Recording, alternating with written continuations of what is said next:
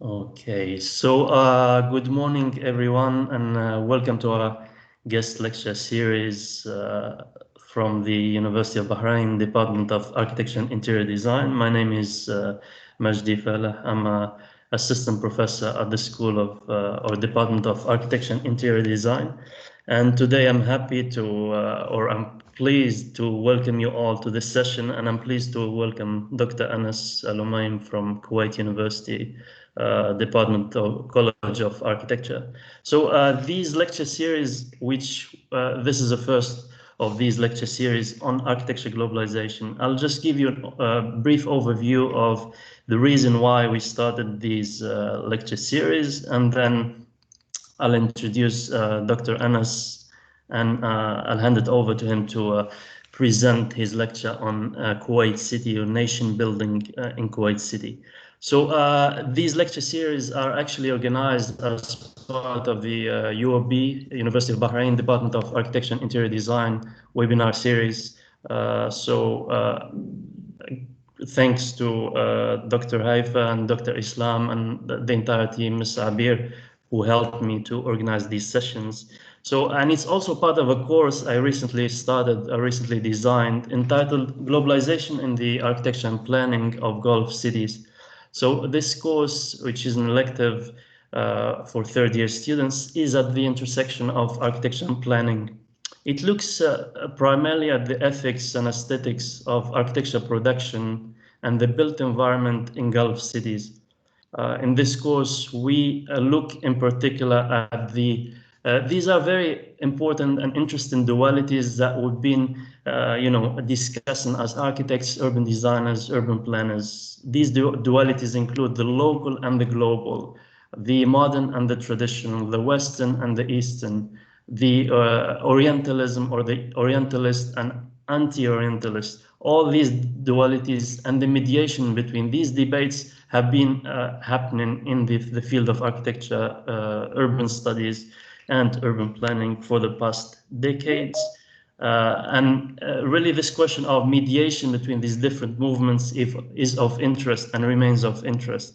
So in this course, we trace in particular the emergence of urban architecture complex debates in Gulf cities, including iconic architecture, including capitalism and how capitalism is shifting the identity of cities, amplification, replication of micro-territories, artificial islands, phenomena of artificial islands in Dubai, in Doha, in Bahrain, etc. So, and I believe that the introduction of this course is of interest not only to students, but also to us architects, researchers, thinkers, because of the way globalization has shifted our architectural spaces, how has shifted our built environment in the past decades. So this question of the old and the new, the traditional and the modern remains a contemporary question up until this moment. And I believe it will remain a question of a contentious question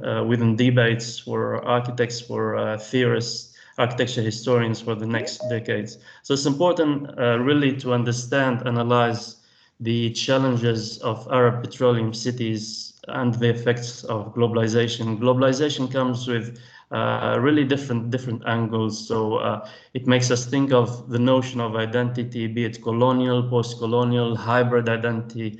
I think Dr. Anas will delve into this notion of hybridity in architecture. And it's also a way for us having these debates to move forward, to be able to design our cities. So that's overall a brief overview of this unit, which I'm teaching, where I try to emphasize reading research papers and having debates in class based on these themes. So now I'll introduce our guest speaker, Dr. Anas Alomaim, and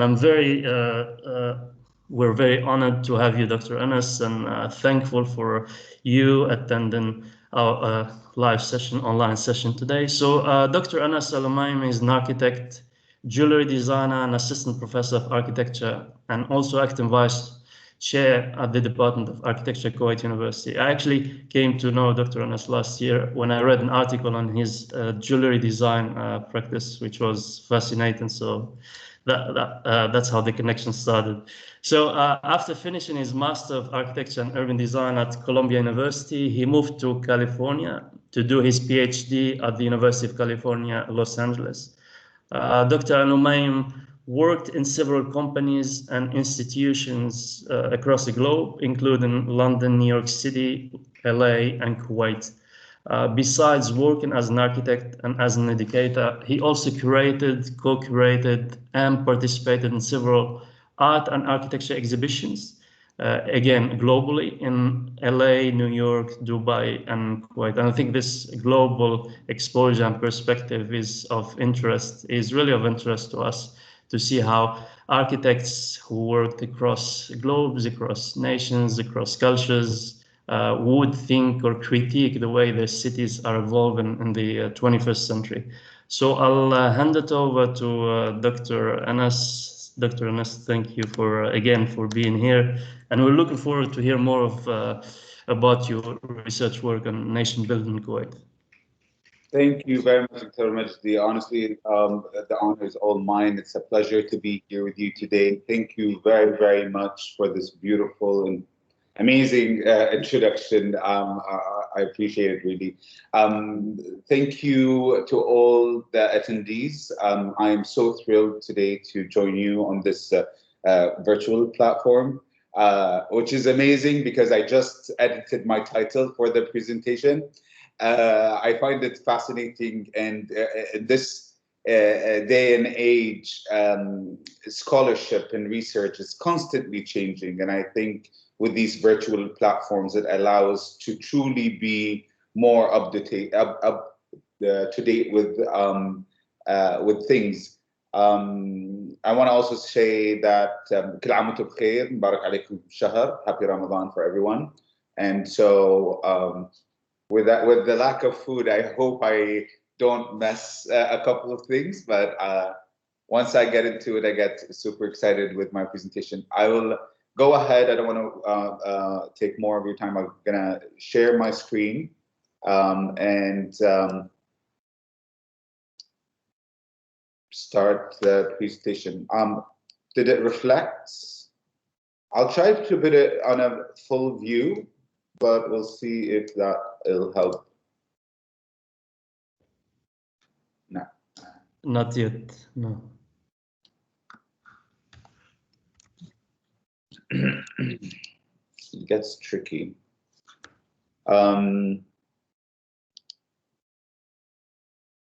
So try Control L. Control L. I think it's the edit mode. Okay.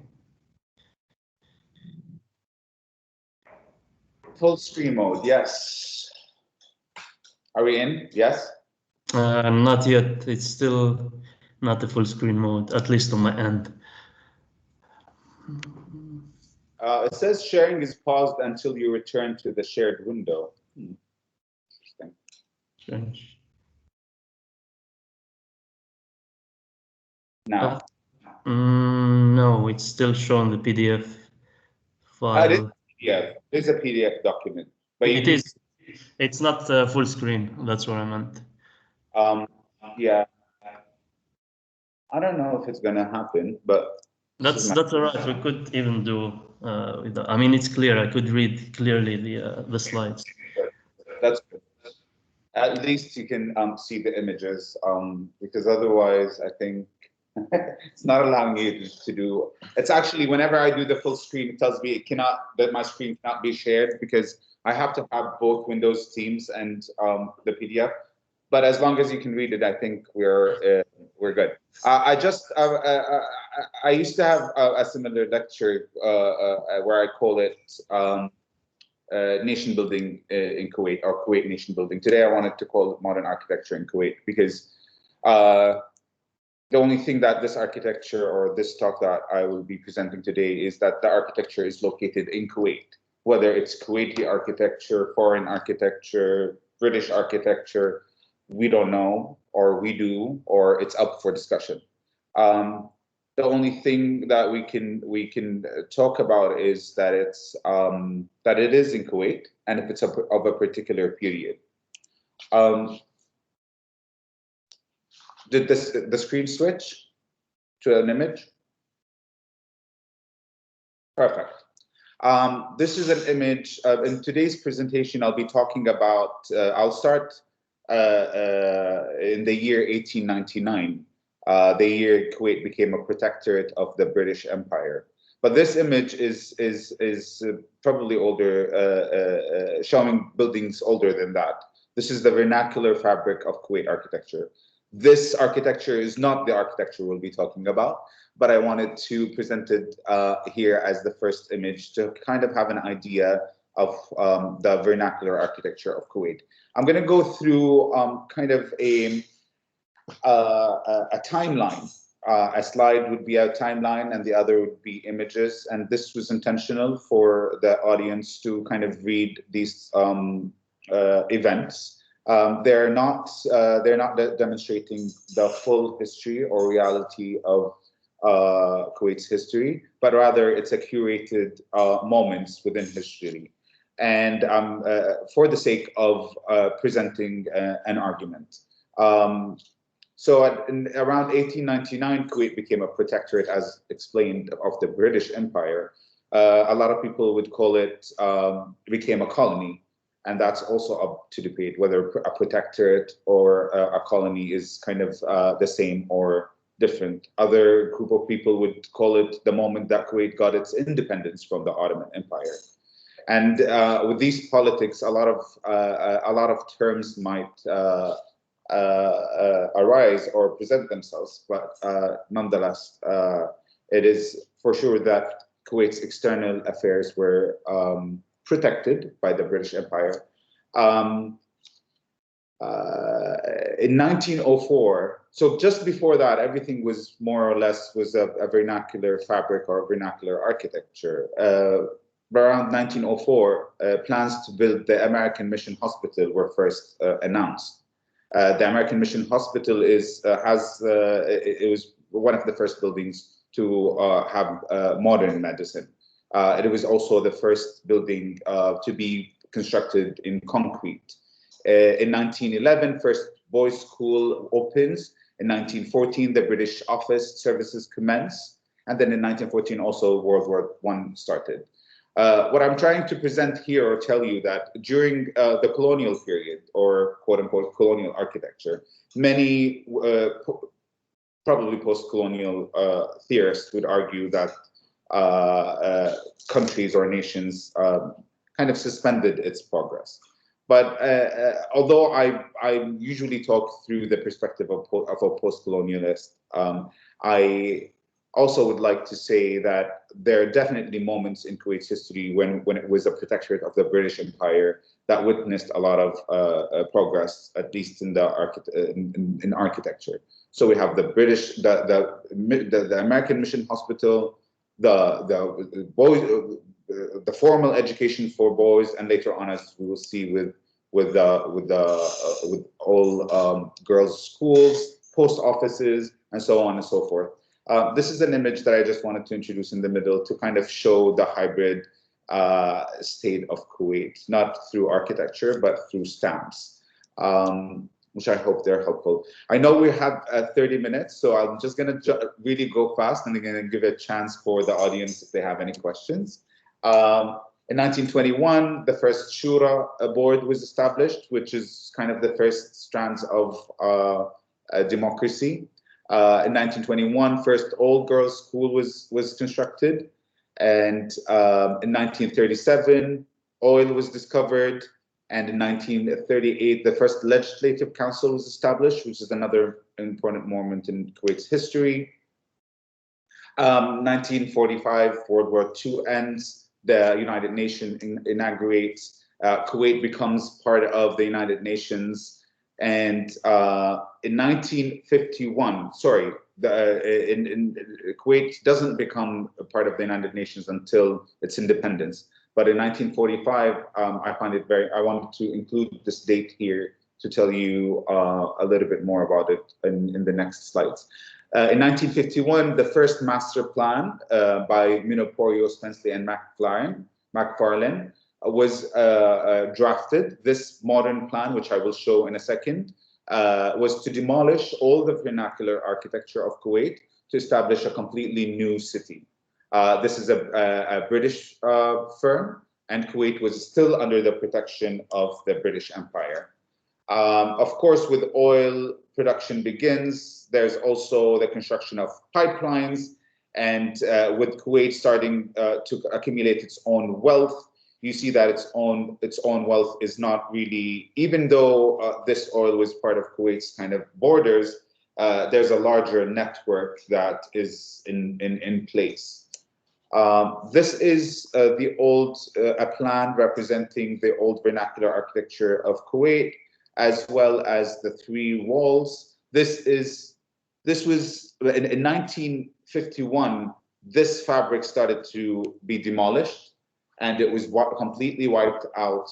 The entire city was redesigned into form of neighborhoods. Each neighborhood would have its own clinic, its own supermarket, its own schools.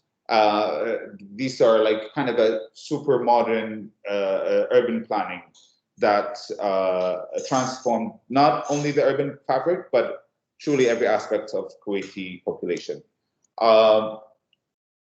The plans of Kuwait started to expand and develop over a very short period of time. So from like 1951 until 1962, you see an expansion into an explosive rate, truly. These are just like more images of the development of Kuwait. So this portion that I just showed, I don't know if you can see my cursor, but it's like where Kuwait City is. The entire of the country is basically a desert, and that's where it says Kuwait City. That's the only area where it's developed. But also the plans of Kuwait was to develop the shoreline of the country, which to me is very important because building the identity of a country would probably start at the border, and I'll get to that in a second. In 1958, Kuwait Institute of Scientific Research opens. In 1960, the Organization of Petroleum Exporting Countries forms, which is the OPEC. And in 1960, the Sheikh of Kuwait establishes the first historical preservation law. So that's 10 years after we wiped out, or Kuwait wiped out its entire vernacular architecture, soon realized that it is important to preserve what remains of the historical historical buildings.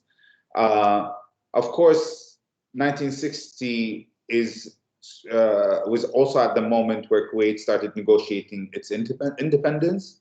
In 1961, Kuwait gains its independence from the British Empire, and magnanimous efforts starts to create Kuwait's true modern architecture, or as I call it, nationalist architecture.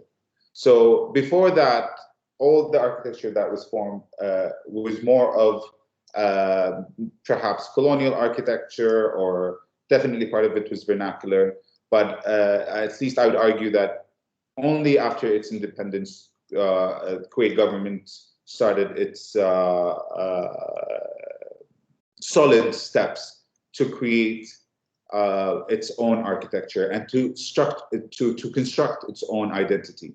In 1961, an advisory planning committee was formed. This is a very crucial moment in not only for this presentation, but also in the history of Kuwait, because although Kuwait government wanted to kind of establish and construct and demonstrate its own identity, it couldn't have been possible without foreign experts who were called an advisory committee.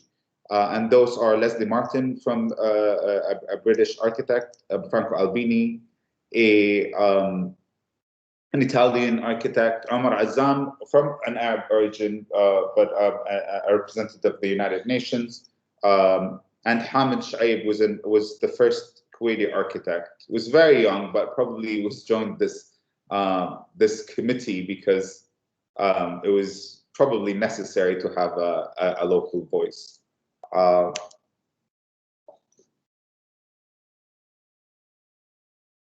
There are a couple of important moments in Kuwait's history. A lot of developments happened. The Kuwait National Assembly inaugurates. The Constitution of Kuwait was drafted. A lot of competition. Some of them are the waterfront development competition started. Kuwait becomes, of course, becomes a part of the United Nations and receives a lot of consultants to advise the government on developing the country.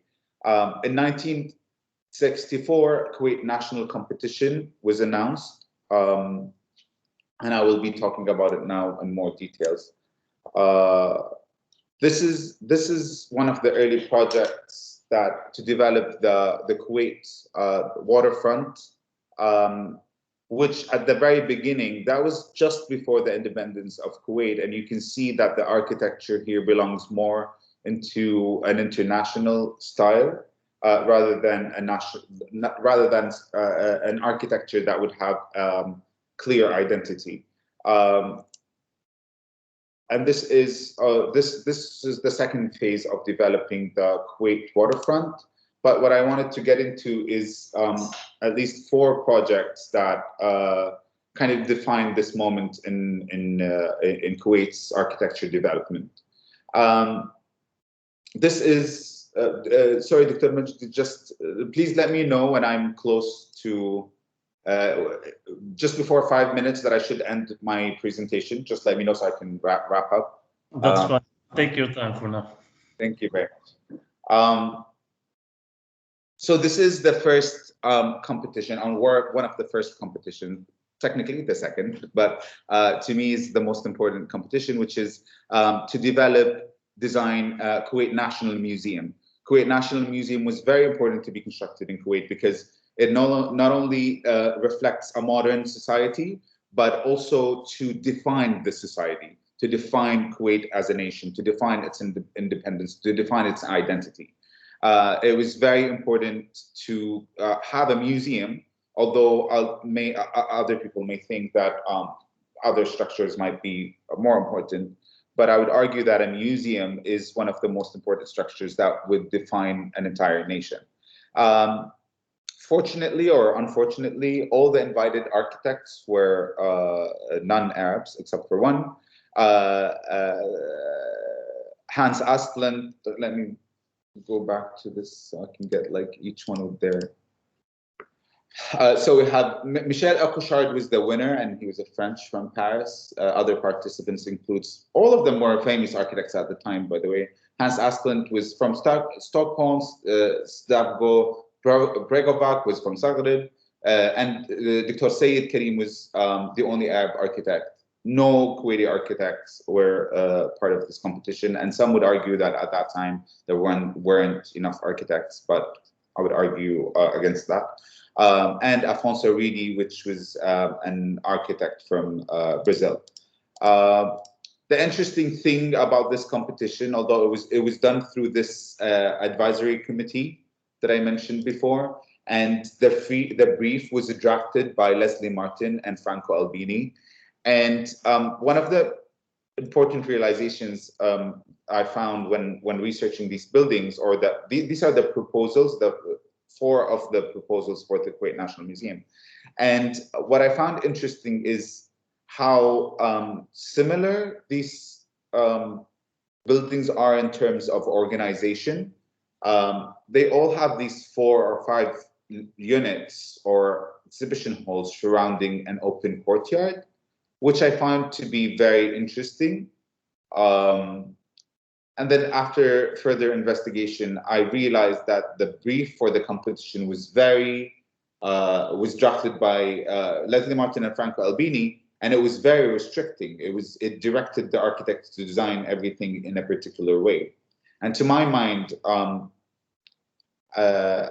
thinking that at least when one wants to design an identity, they probably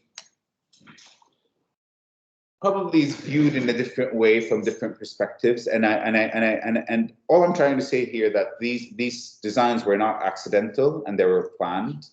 And you can take from this whatever you like. But this is the winning design.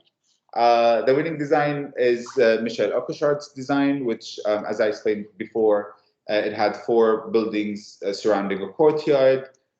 This was the very first competition, as I mentioned, and probably the quote-unquote identity of Kuwait was not still wasn't formed. But if you look closely, you can find these arches that probably wants to simulate something from Arab architecture. Through my research, through some of the archives, which I find very funny, there's an argument for this column to be representing a camel. So this would be a camel with its 4 legs, and that would be its body. I find it very kitsch, to be honest, but I guess the architect who designed it wanted to validate their kind of pretty much international style looking building. And if you find this funny, you'll find a lot of buildings in, not only in Kuwait, probably in the Gulf, with these kitschy moments. I always like to include some of my artwork in the middle about some of the buildings. And so this was one made for Kuwait National Museum.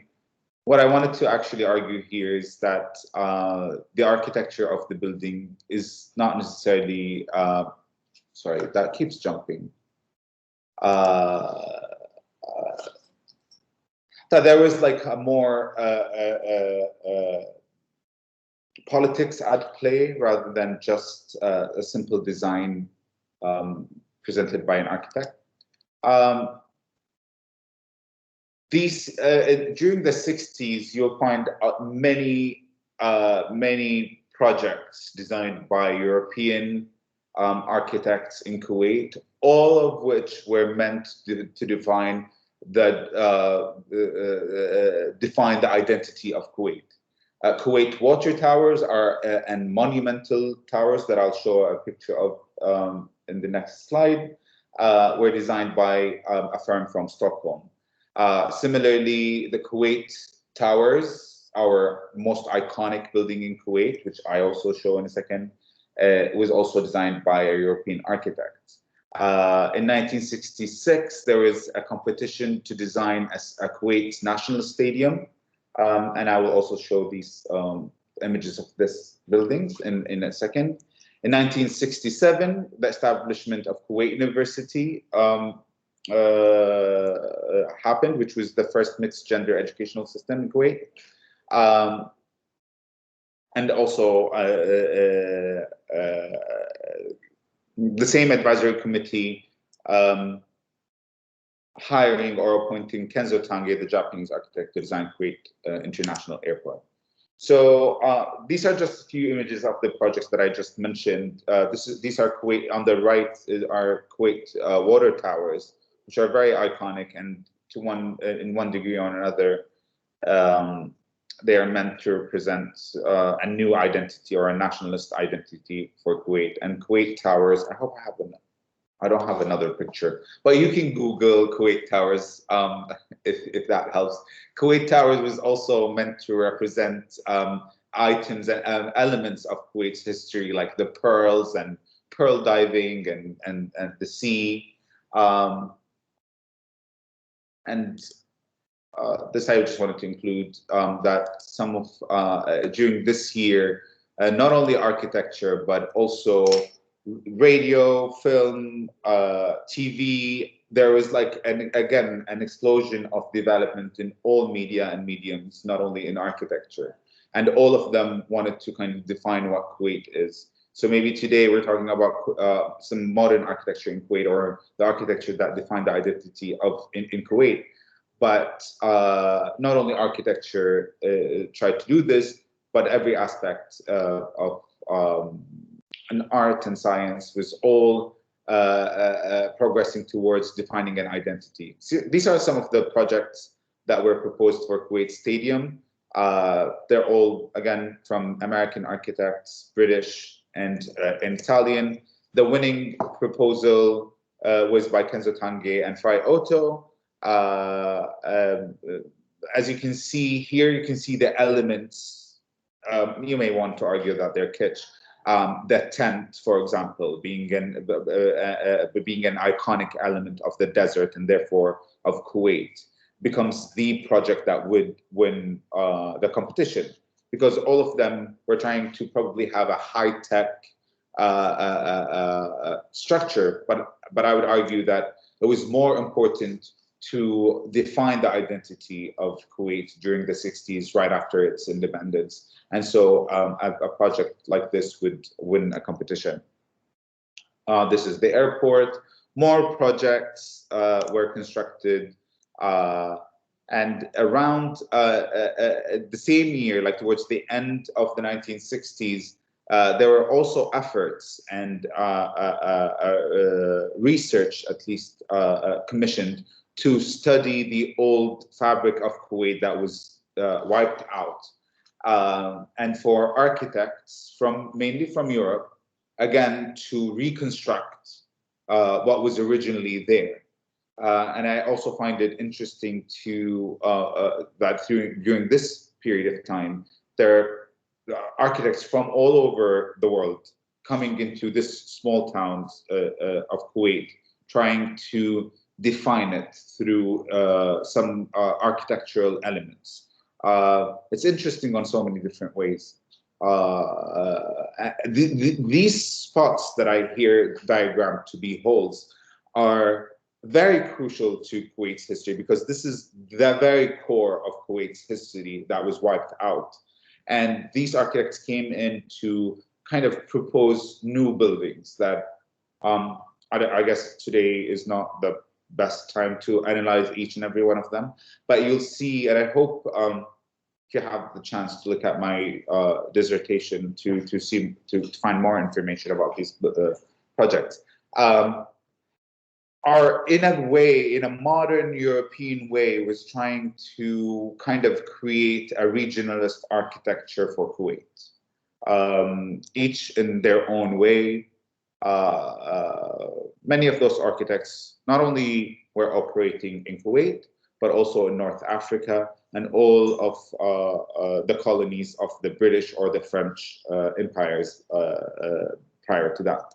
So it's interesting to see that although we call, for example, Kuwait was a protectorate of the British Empire, but if you look at the details and to look at like the architects who worked in Kuwait before or after its independence were the same architects that were operating in Algeria, in Morocco, in all of these colonies of whether British or French empires. So I find this truly to be fascinating, and I always question myself, what changed if the same people designing same elements before or after independence, did anything change? This is another project which again tries to find these moments of kitschiness to resemble camel or the sedu of the Bedouin tents with these ceramics or porcelain work. This is the Ministry of Exterior Affairs in Kuwait. I honestly find it to be fascinating, beautiful, despite, like, you know, if you go ahead and critically analyze every aspect, you might not like it. But if I didn't know that these shapes were coming from like a camel's like shape and all of the kind of attachment to kitschiness, I would have liked it. I don't know. I think it's interesting and colorful.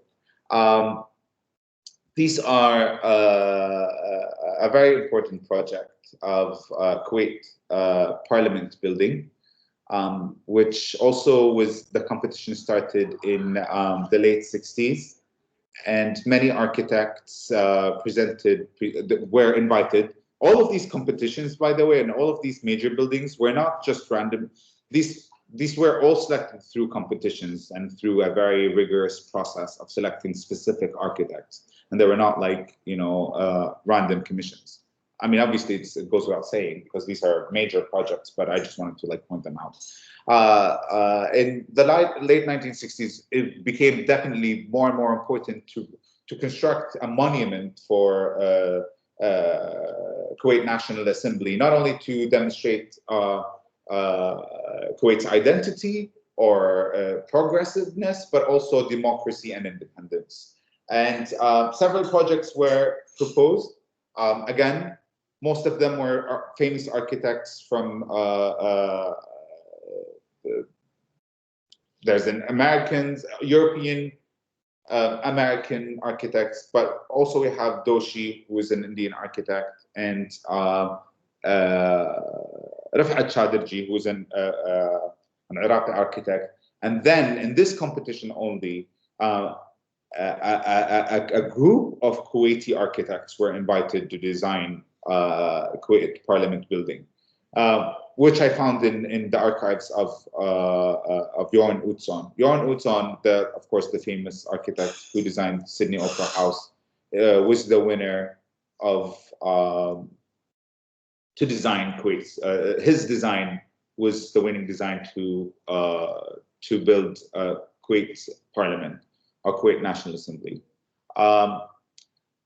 Again, I wish I have more time to dive into these like moments and to really analyze each and every element. And but I'm just going to show you some images of Kuwait National Assembly, and maybe hopefully with the way I'm presenting them, you can try to understand what I'm trying to get at with these elements. This is a picture of Kuwait National Assembly. Again, I'm writing a chapter on this building, so I feel so excited to talk about it, but I will just like swipe through it really quick to at least conclude very soon. This was all of the discussions that we had were all of them were the competitions that started in the 60s and announcing winners. But in 1973, of course, with a lot of political turmoils in the Middle East and the oil embargo and et cetera, there was a lot of friction between many of oil exporting countries and Europe and even the States. And so all of these projects that I just discussed, the Kuwait National Museum, the Parliament, the ministries, all of them, although I showed you kind of a moment in the future, I wanted to point out that during the 70s, they were all halted. All of these projects were suspended and stopped because of the political friction between not only Kuwait, but like the entire like Middle East and Europe and the States. And so it's fascinating to look at this history, because once you, it's amazing to like hire the best and the most glamorous architects to design, to design your identity, I guess. But then the moment a small friction would happen, or big, all these projects would stop. And I don't know how sustainable that is, but it is something worth thinking about. So these projects really took more than a decade to finish. We talk about them here in minutes, but these are like each building I mentioned took around like, at least 20 years. This is like kind of getting into the 80s, after, everything went back, and after the Iranian Revolution, and things started to like kind of ease out in the region. So the 80s would represent a different period in Kuwait, at least, if not the Gulf in general. This would be kind of the corporate architecture firms, large firms, mostly American firms, coming in Kuwait to design, or not only Kuwait, the entire world, to be honest, swiping it with very expensive architecture, I would say, but definitely, in my opinion, more bland and banal than the architecture preceding it. This was from the TAC, the Architects Collaborative, which was led by Walter Gropius, and that's a good example. In the 1970s, late 1970s, the Kuwait State Mosque was also one of the important competitions, but I think some of the slides got mixed up, but not a problem.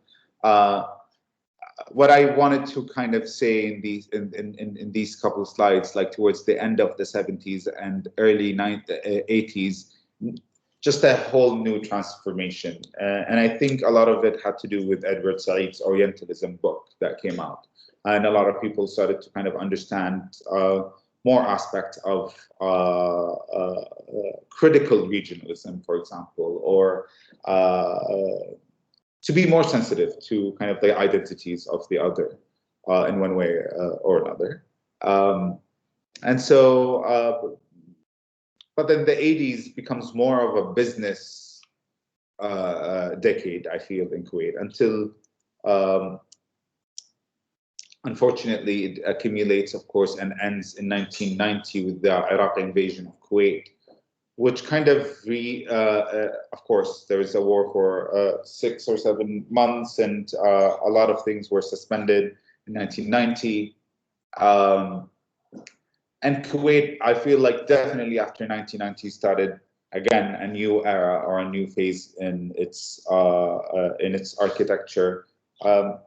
I will end in 1990 because I feel like after that, maybe I'm older, I don't know, maybe the students are of a younger generation, but to me, after 1990, everything is no longer historical. It's something that I personally see very vividly. And these are a couple images of more of the contemporary architecture in Kuwait, I would say.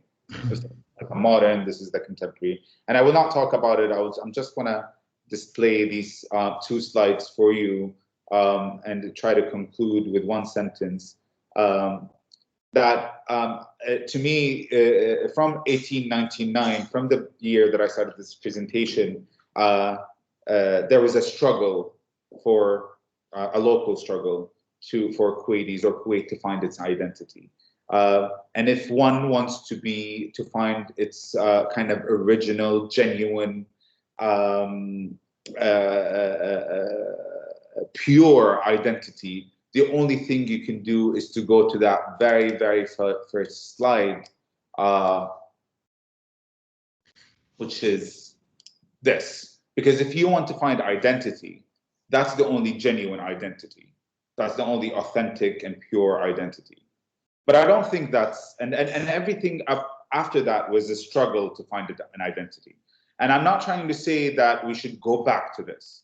Quite the opposite. I'm saying that after that, Kuwait started kind of a great mission into exploring not only its identity, but a global identity. I'm a big believer in the challenges that we find when we talk about genuine, authentic, original architecture. Something like the primitive hut concept. Because if we remember, as Adolf Loos said, a primitive architecture is probably genuine, but it's also, he also called it savage architecture, his words, not mine. And so if you want to be pure, probably be prepared to be primitive as well, I guess.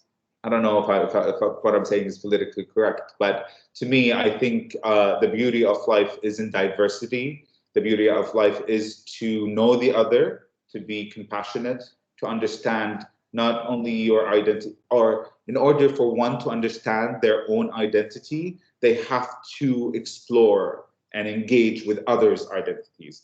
And to me, without diversity, without exploring, without navigating, without critically analyzing every aspect through different identities coming together in a beautiful, kind of diverse and equal individuals, we wouldn't have a rich identity. Thank you very much for listening. I hope I didn't take too much of your time. That's it. Thank you very much. That was great. Thank you, Dr. Anas, for the fascinating lecture. And I found it very interesting and very useful to know about the process of nation building and constructing the national identity in Kuwait prior to 1960s. So not only after independence, but prior to 1960s, how Kuwait tried to establish this modern democratic identity through architecture, through these big projects, large-scale projects, the المشاريع الكبرى in the country, in the city, by relying on a hybrid or of local and foreign forms. And that, of course, calls for a discussion, calls for a debate whether this approach is successful. Is the Jørn Utzon proposal for the parliament a successful way of bringing local and foreign forms, local and foreign identity, or Western, let's say, identity into building? So there is a lot written on this project and many other projects, and let's open the floor for discussion now. Our audience, if you have a question, please, as I mentioned, raise your hand or type it in and I'll read it, but you're welcome to raise your hand and ask your questions to Dr. Anas. So we'll try to take questions for the next 10 minutes. Any questions? I'm sure there are many questions. Okay, Mrs. Aisha, please go ahead. May I start, Dr. Majdi? Sure, yes, please. You're the first online, yes. Okay, thank you very much, Ms. Dr. Anas, for your wonderful presentation. I really enjoyed not only the architecture development of Kuwait from pre-independence till post-independence and even till now, but actually I really enjoyed the political and social scenario which you linked with the architecture development. Actual development, and I believe that social and political environment or scenario is very much integrated with the architecture development. So thank you very much for that knowledge which you shared with us. My question is that as you started with the first image, which is showing Kuwait identity, you know, the way it was before, best picture to represent that identity. Quite modern or global architecture. I like to call that it's with this new development and became like more global, you know, architecture. So if we want to refine that with the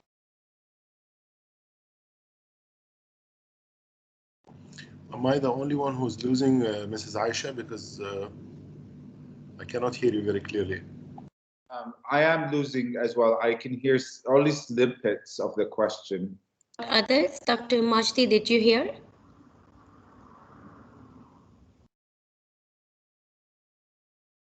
I actually couldn't hear me.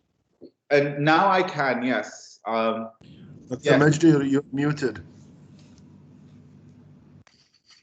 So I heard parts of it, Mrs. Aisha, and then disappeared. It was disappeared. Mrs. Aisha, could you please summarize your question again? Okay, can you hear me now? Yes. Okay, so I actually wanted to know that the way we can't hear you, unfortunately. Could you how would you like to see? Type it in the chat, please. Could you type it in the chat? That would be great. Because it was okay. You can continue with the other question. Meanwhile, I can type just to save time. All right. So let's take other questions from the audience. Please feel free to share your questions or raise your hands.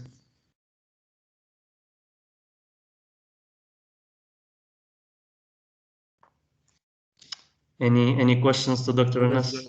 Mrs. Abi Bakr, she's there. She's waiting. Okay.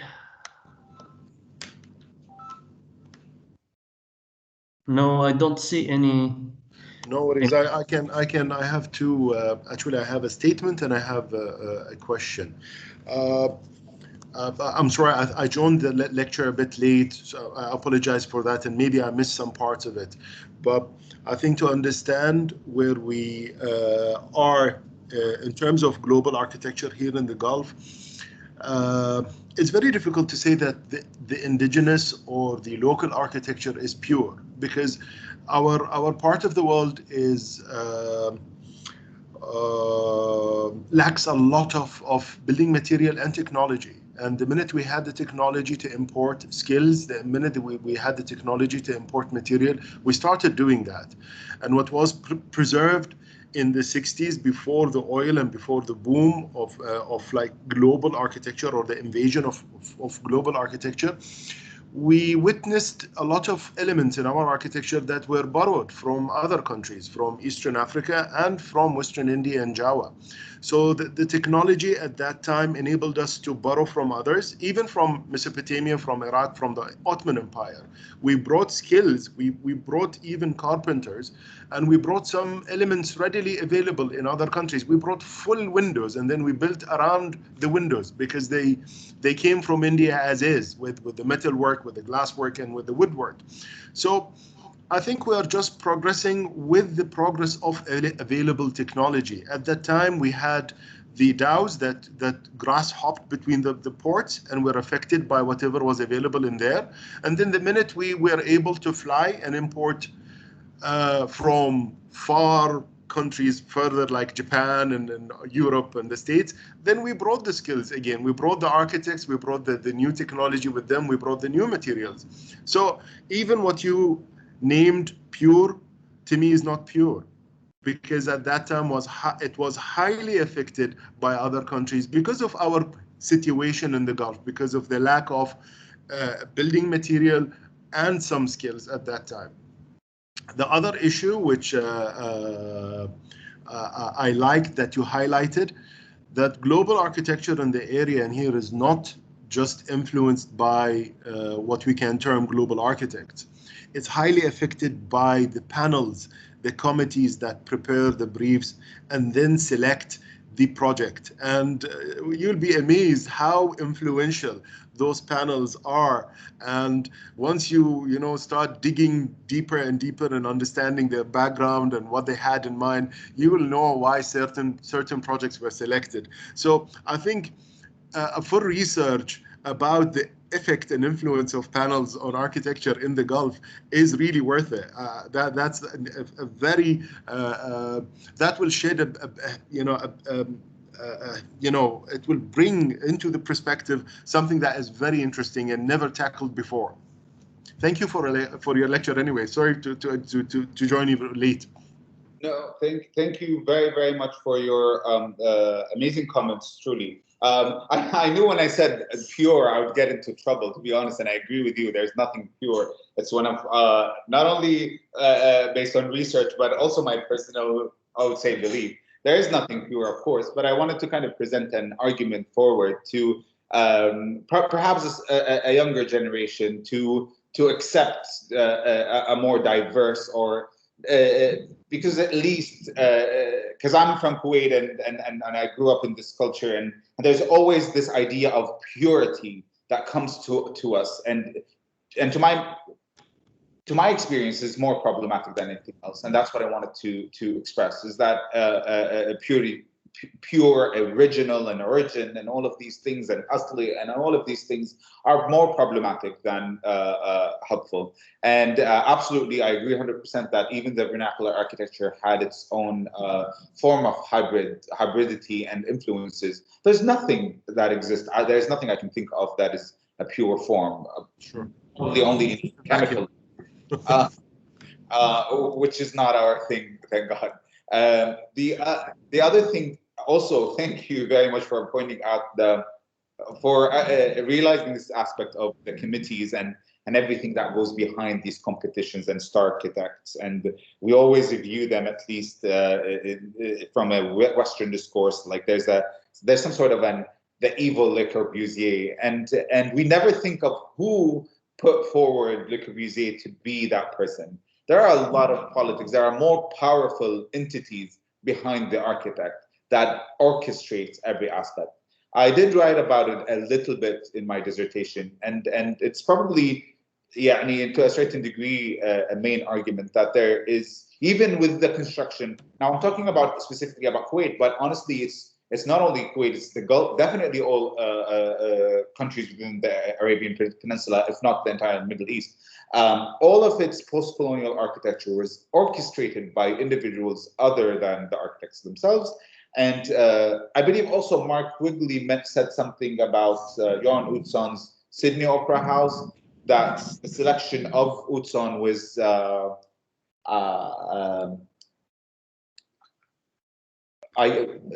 I don't know how I'm looking for a politically correct word, but it was intentional. It was there's definitely a I don't know. I can't find even a word, but there's definitely a tricky situation that happened within the jury of the committee that helped and assisted Utsan, who didn't even submit on time his proposal or satisfied all the requirements of the competition. Nonetheless, he won that competition, and probably a similar thing happened to Kuwait Parliament building. Just one last comment. Global architecture is similar to foreign investment. It cannot take place unless there is a local facilitator. Absolutely. All right. I'm sorry, I need to leave. I'm going to join another meeting. Thank you so much. Thank you for joining us. The comments. Thank you. And I believe we had a comment that wasn't heard. Yes, I'm still waiting for Mrs. Aisha's question in writing. Okay, so Mrs. Wafa, yes, please go ahead. Actually, I just want to deliver Ms. Aisha's questions because she's trying to write it in the chat box and it seems it's not delivered. No. Okay, I will mention her question. She sent it to me through WhatsApp. How do you see Kuwait identity in the contemporary context? What is left as an authentic part of Kuwait architecture? That's Ms. Aisha's questions, and really nice to actually just let me say nice to meet you, Anas, and it's our pleasure to have you in our University of Bahrain, and I hope this is a good starting point to connect between Kuwait and Bahrain's architects and academic, inshallah, for a long run. Thank you very much. Oh, Bahrain has like a very special place in my heart. Like I can't even begin. I have many friends in Bahrain. I come visit all the time, except for when this unfortunate pandemic. I'm always there in Bahrain, and I cannot begin to express my my love to country and the people of Bahrain. And everyone living there, honestly. Yeah, just to answer the question really quick. I think what I was trying to say with this lecture is right on, and thank you, Ms. Aisha, for this question and for your comments earlier. It is exactly that identity, what's genuine. I'm going to take the way pure because that's like kind of problematic. It is that, it's the mix. It's the contemporary architecture is what it is. It is the fancy architects from Europe, the cheap architecture we find in little alleys. It is all of that accumulated together. It's the wholesome of the good and the bad, because that's exactly what I'm trying to say. That their identity cannot be just one thing or just defined by a box. It is everything, because even when not only in architecture, that goes for our food, for our music, for our shows, movies, every media and every medium, you'll find that identity is, it's all of that. It's not clear, and that's a beautiful thing. I'm saying that's a good thing. I'm saying that diversity, that this mix is amazing. Not in the globalization sense, because the definition of globalization can be, the academic definition of globalization can be problematic. But in my definition, I mean the mix, the influences, the diverse units that comes together, creating something, and that something doesn't need to be defined Kuwaiti or something else, or I don't know. I can get too philosophical here, so I'm going to stop. Thank you, Dr. Anas, for the answer. So do we have any other questions? I'm yet to hear from my students, whom I encouraged a lot to ask questions, and we've been tackling this topic for the past weeks, for the past few months, 3 months. So I'm yet to hear from them. I didn't see any question. So okay, Ms. Sabir has a question, I think.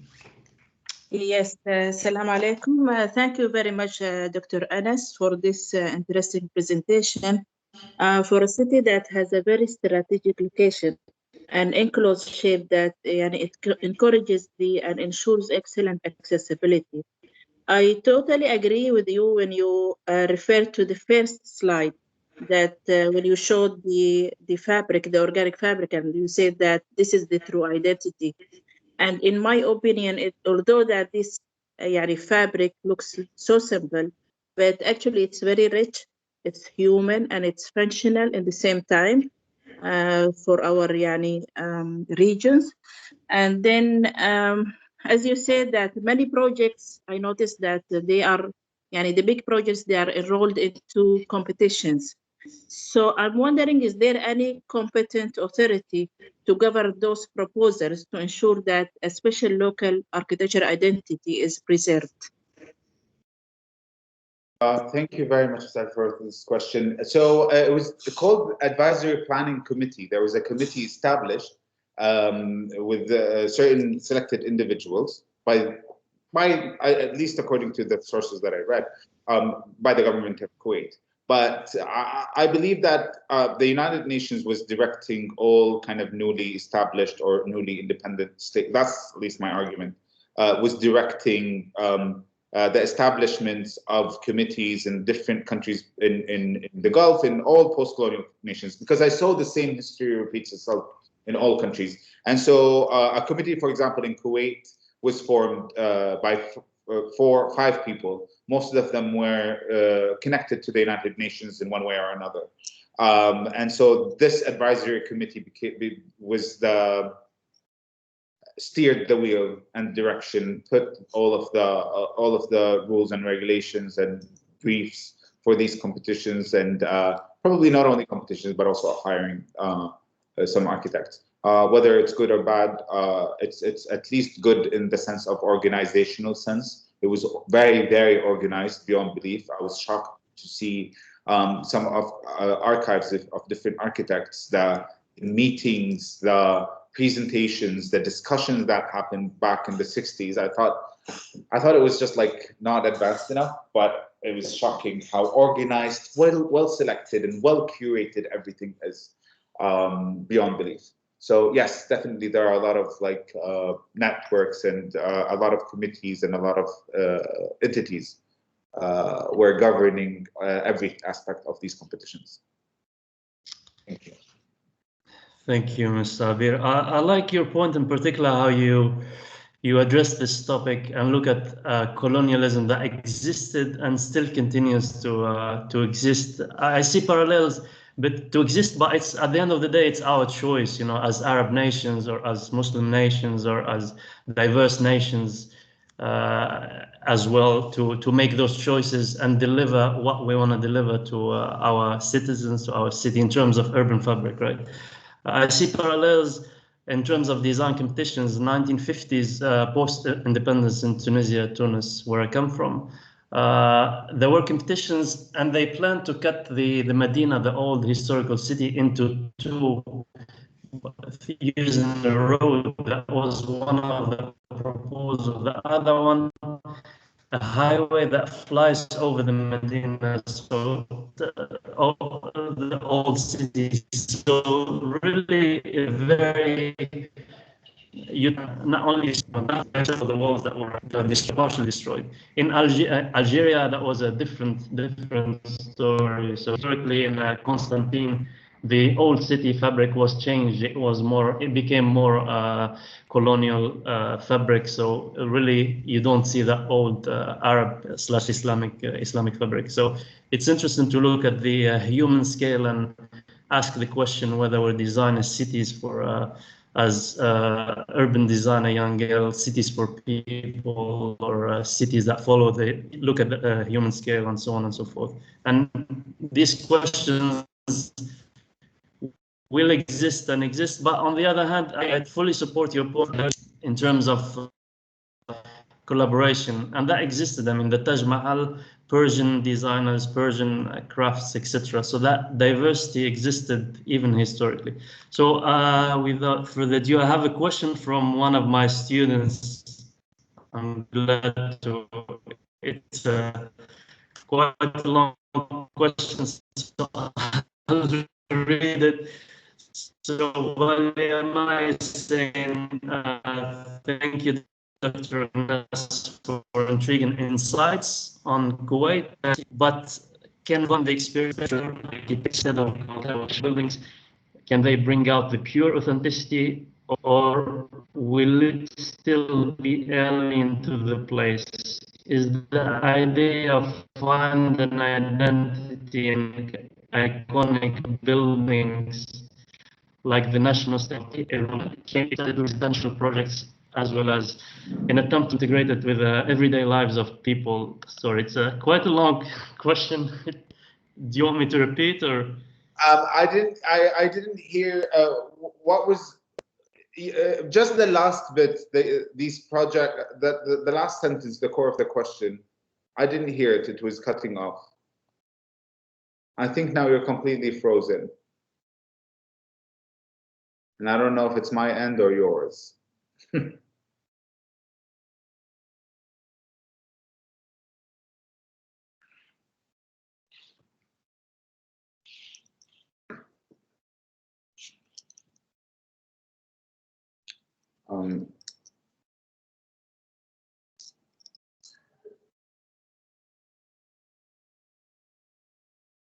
I don't know. Yeah, yes. Yeah, I think Dr. Majdi, maybe I hope he will return soon.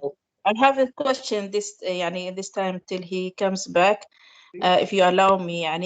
Due to the shape of the Kuwait City, the round shape, this makes easy accessibility. But I believe or I think that there are traffic problems. Are there any traffic problems in terms of traffic congestions? And are there any plans or any strategies to solve these issues? Thank you very much. You're talking, I think, about the ring roads, the ring roads, the highways. Yes. I mean, I don't know if it's just, of course, traffic is always bad, you know. I'm not sure if it's due to these kind of circular round shapes, or the radial grid, or is it because just, you know, any city would be as it goes, it becomes problematic. I personally find the ring road or the radial grid is I find it very helpful. I think it's a well, not the best, but it's successful in one way or another, because the radial grid allows you to connect into different to the city through different directions, basically. For example, we have the first ring road completely circulating the entire Kuwait City, and so it sometimes helps to have these shapes. I hope I understood the question correct, because I thought you said a round shape and about protection, but then also if these like radial grids cause any traffic. That's the question that I understood. Yeah, the same point. Yes, so what I'm saying, that this radial shape and the curved road, it allows easy accessibility and very fast. We can reach any point very fast. So it eases the accessibility. But I think this shape and even the closeness of things together, this is the two main reasons that to create traffic problems or congestions. I just wanted to know, are there any plans or what are the strategies used to reduce the traffic jams? There are, honestly, we do constantly for traffic. We do constant development for roads in Kuwait. I don't know if there are any plans to kind of create more exits, or there are definitely more developments in streets, bridges, tunnels, and all of these things are a constant construction that we have in Kuwait. And I don't know any specific technical aspects in terms of urban planning on how they are resolving these radial shapes to decongest traffic.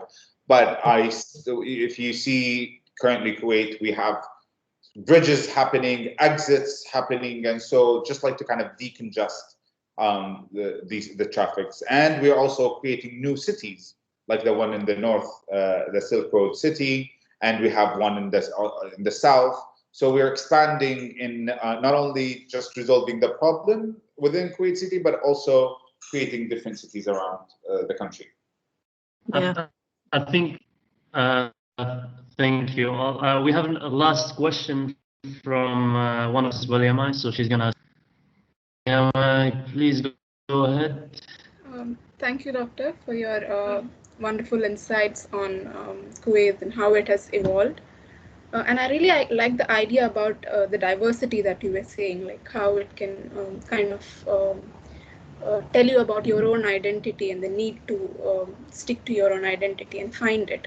But when we are talking about revival of identity, like rediscovering it, we have only focused on, or I understand that we have only focused on the major buildings, like museums, stadiums, national assemblies. But is it necessary to extend it to the residential buildings as well? Like to kind of connect it with the everyday lives of the people? Like, was it done, or maybe it's not just included here because it's based on iconic buildings? Or I'm just confused about that. Thank you. Thank you. Thank you very much for the question. Honestly, I want to add something that might be helpful or not in response.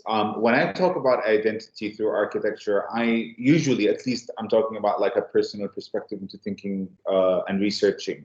I talk about identity in a specific sense when it comes to architecture, but I also talk about it in general as human beings, as social beings, what identity means for individuals, and gender identities, other identities, and all of these things are part of this discussion. Even though I'm talking about architecture, and even though I'm talking about architecture in Kuwait and national identity, I'm always meaning different things, and I'm always bringing different concepts from different sides of academic research. But to answer your question more directly, does it help? Or is there any efforts to create to create some sort of a guideline for residential houses? Yeah, I'm thinking the municipality or the government kind of imposing certain elements of architecture to direct residential houses into creating an identity. We don't have this law in Kuwait. Although it's romantic and cute to go and travel to, I don't know, to Athens or Santorini and looking at these like beautiful white houses all matching together and creating an identity. I think it's romantic, but I think at this point and age, it is a travel destination. It's not a place to live. I believe that the reality of our being is more about independence and freedom of expression. And although I know it's horrible there are like so many buildings and houses in neighborhoods, I'm sure not only in Kuwait, but in different places, with like really different styles, problematic styles that have nothing to do with the identity, have nothing to do with aesthetics, has nothing to do with beauty. I still believe it is more powerful to give people their voice. It's their choice. It's how they wanted to present themselves. And I think if in a country or a nation find it important to construct a nationalism sense for the reason of security, development, or for whatever reason countries create a national identity, I think it should happen only through major projects and through monuments. And the public can still have their own houses to themselves. I think this also belongs to the conversation back to Adolf Loos when he said, the exterior of the building belongs to the public, the interior of the house belongs to the person. And so there are no restrictions to what aesthetics when it comes to your interior or the inside of the house. But the outside have to always remain modern. And again, just to wrap up my response and the way I think of things. So when I read Adolf Loos talking about like residential houses and how the aesthetics, I always think of a person. And to me, my internalized identity is a thing that I discuss and talk about and analyze, but then my exterior identity has to always be respectful of my surrounding in a modern way. And that, in a way, connects this idea of, and I hope I didn't go into a stretch of a thought, but to me, it's very clear, like architecture is of the public and it has to have some sort of a unifying identity, but individuals should also have the liberty to express their own identity. I hope I didn't confuse you, but I promise you there's a very good core concept I'm trying to put forward that might not be the best time to explain here. Thank you. Thank you, Anas. Thank you all. I know we're short on time. I have class at 12:30, but I have a burning question I want to ask. So now, in your thesis, you state the architecture. How do you feel about the 2030, I believe 2030 projects in Kuwait, the $150 billion mega projects, including the man-made islands of the future, Sabah al-Ahmad City, Madinat al-Harir, or the Silk City, all these mega projects along the shore of Kuwait. How do you feel about these projects as a researcher, as an architect? Are they helping in constructing a national identity for the country? I know they will generate lots of jobs, lots of profit, but how do you assess these mega projects of artificial islands? Honestly, I think I have to do more research, because although I'm aware of what exactly is happening, but I always feel like to have an opinion, I always have to like further investigate and understand things. But generally, just to give you a quick response, development is good. Development is helpful, and we live in an age that more people are aware, whether they're in power or like just general public. And so like to put something to the forefront, something such as like creating more job opportunities. This new city will create more job opportunities. Even if they're saying it, they're probably doing something about it, which helps a lot of individuals. And as long as these new projects and expansions will help more people inside and outside of Kuwait, they're, in my mind, very welcome. Then, of course, we also have the problem of the environment. If you are creating man-made islands, what does that mean for ecology? What does that mean to the rivers that we have in Iraq, for example, and to the Gulf? What is happening if we are doing all of these projects that are truly could be great for our economy? What do they really mean for the environment? And I don't know. I'm not like kind of a crazy environmentalist or that, but I do believe there's just to look at the amount of plastic we have these days in Ramadan, it scares me. Where is this going? Although again, I'm not a person who's like, oh, let's save Earth, but maybe let's save Earth. You know, I don't know. So yeah, big project, crazy, be helpful. Absolutely. Thank you very much for your insights. Thank you very much for the lecture.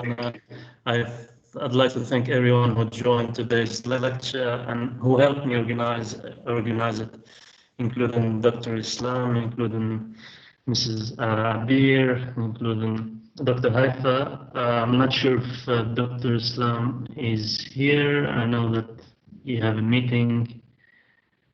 I'm not sure if you're here, if you want to add anything. Probably everyone has left already for their meeting. So thank you again, Dr. Anas. It was a pleasure having you virtually in Bahrain. Maybe next time, hopefully next time, when this COVID is over, things will be easier and we can organize more events on site, on campus, etc. So thank you again, and it was very useful, and I think we'll have lots to discuss with my students whom I haven't heard today. Unfortunately, I only heard one of them. So we have a lot to discuss Thursday and Sunday in our class. Thank you again, and inshallah we'll catch up very soon. Thank you very much for all the organizers, for the University of Bahrain, and for the Department of Architecture and Design. Thank you very much. All of your